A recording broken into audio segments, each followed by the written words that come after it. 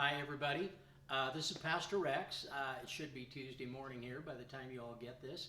But today I wanted to think about something other than the coronavirus. I know that right now we've spent weeks and weeks and weeks thinking about it and worrying about it and protecting ourselves from it. But there's another disease that may even be more deadly, and it's the disease of refusing to think.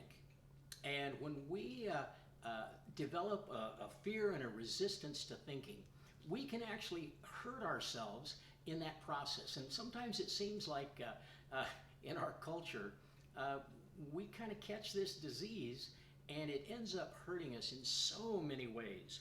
Oftentimes instead of thinking, we react and we rage, and we think that in doing that we're actually accomplishing something.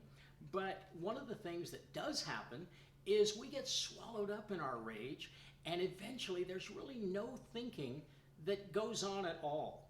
In Proverbs 22, one of the things that the writer in Proverbs tells us is that even that anger can be something that is passed on, and it can be maybe as easy to catch as the coronavirus. So we need to be careful of it. Actually, in that verse in Proverbs 22, verses 24 and 25, there we read that we're warned. It says, "Do not make friends with a hot-tempered person. Do not associate with one easily angered, or you may learn their ways and get yourself ensnared." Now, what is the writer of Proverbs telling us?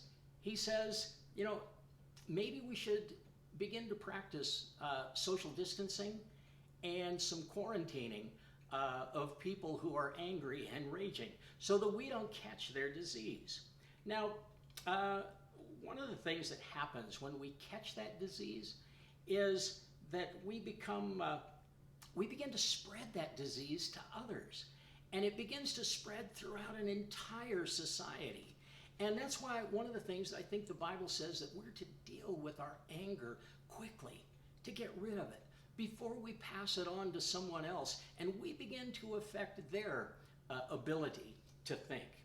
Now, instead, the Apostle Paul reminds us in Philippians 4:8, he tells us to think about those things that are good.